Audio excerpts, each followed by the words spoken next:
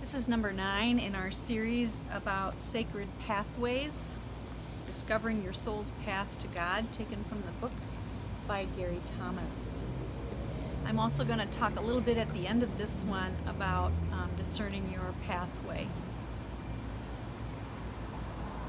Today we're talking about intellectuals. Intellectuals love God with the mind. They might be skeptics or committed believers, but either way they're likely to be studying. They live in the world of concepts. Faith to them is something to be understood as much as experienced. They might feel closest to God when they first understand something new about God.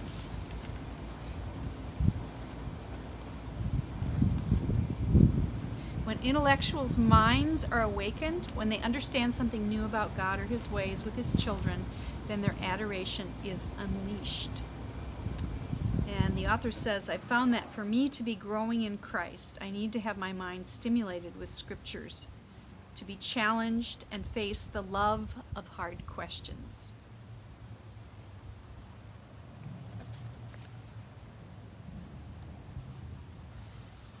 And this is not only for people who are intellectually stimulated in their study of spiritual matters, but a professor of biology can love God with his mind every bit as much as a professor of theology. Since God created all, any study that explores, examines, and explains the natural world can shed some light on the nature of our God and help us to know God better. Jesus himself revealed intellectual tendencies. At 12 years old, he was found discussing the law in the temple. Teaching was a large part of his ministry. Though he was forceful in his denunciation of intellectual contrivances that kept people from God, Jesus understood that the mind as well as the heart had to be transformed. He urged his followers to love God with all their mind. Well, I identify very closely with this temperament, as you might imagine if you know me at all. I just this week finished a class, a seminary class that I took online about Lutheran confessional writings. And for some people that would be daunting and even extremely boring, but here's the Book of Concord that I studied and I believe read almost all of it, all 770 pages or so. And as an intellectual, I can read that and not fall asleep and actually be stimulated by it. But I'm very interested and curious about a lot of things, and I don't find them boring.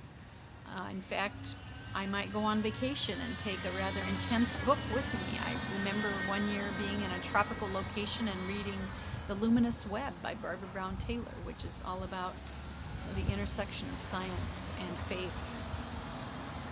But I found it very invigorating. And I like to listen to podcasts too, where I learn a lot. I have a couple that are more entertaining when I just need to stop thinking for a while. But mostly they are ones that I listen to in the car especially, and just learn a lot.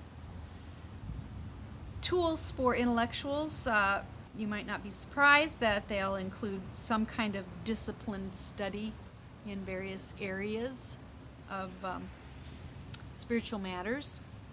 And of all of these, you really, if you're an intellectual, you want to choose the area that you're most curious about.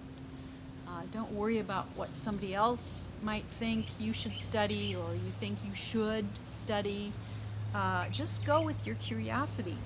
And those things could include church history, biblical studies, theology or ethics, apologetics. Apologetics are understanding the case for the existence of God and of the truth of scriptures. A good tool for that, if you like to read those things daily, would be a daily meditation online called Slice of Infinity by Ravi Zacharias. Zacharias Ministries. Very well written.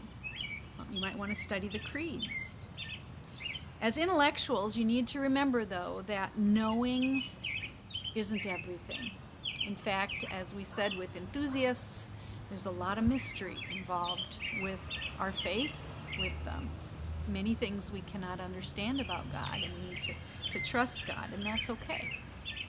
We need to understand what we can know and what we can't know.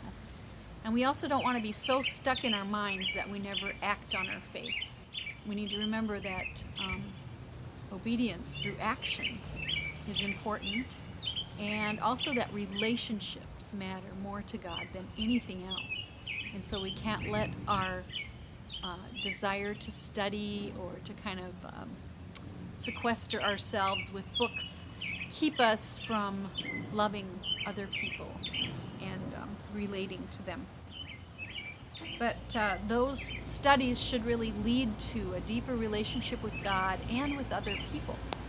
I recall that a long time ago when our son was a teenager and we had just kind of the normal disconnect between parents and child, I read something in my studies in the book of Philippians that was just one verse that transformed my relationship with my son. And that was the verse about not letting any unhelpful talk come out of your mouths, but for what is for building up. And I took that to heart, and it made a big difference.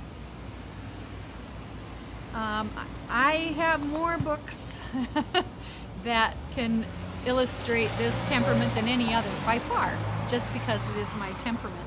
But I thought I'd share a few with you today. One of them is that if this is your temperament, a good study Bible is a great idea. Maybe you already have one. This one is the New Oxford Annotated Bible, but there are a number of study Bibles. You just want to be careful about who publishes that Bible, because different aspects of the Christian church are going to publish different study Bibles, and you're just going to want to know what you're getting into.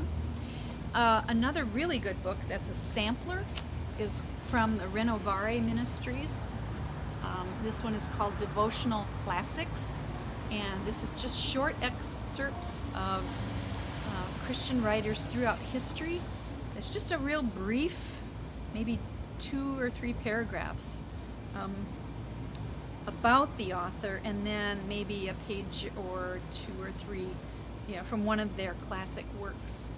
And then they'll also relate a Bible selection with it, and then some questions for reflection. I've gone through this book with other, actually, women pastors. I think I went through that one, and that's going to give you a really good sampling, and then you might want to pursue reading one of those authors. But a variety of others might include famous Christians in history. Here's one on Dietrich Bonhoeffer. There are a number of books about him and his life. This one's by Renate Vint. Dietrich Bonhoeffer, A Spoke in the Wheel. Also, just classic Christian writers. This is actually a CD series from the great courses about the life and writings of C.S. Lewis, who, of course, really had an impact on Christian understandings in the 20th century. His book, Mere Christianity, is a really, really good basic book to read. And he himself was an intellectual who was converted because of ideas about God. Another good writer who's a journalist but also has a number of books to his name is Philip Yancey. And this one is called The Jesus I Never Knew. Very accessible, very understandable, and I really recommend this book to you.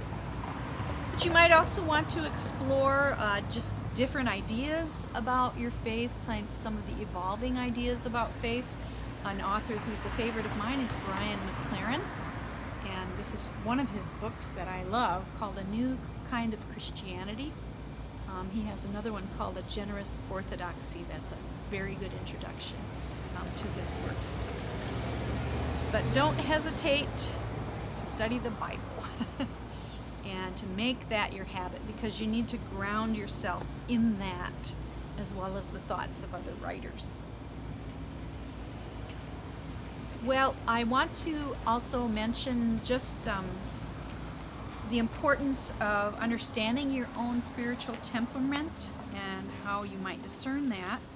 One of the ideas in Gary Thomas's book is to list Christians that you most admire and seek to emulate.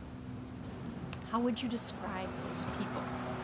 And if you consistently find yourself picking leaders of a certain temperament, spiritual temperament, maybe you share that makeup.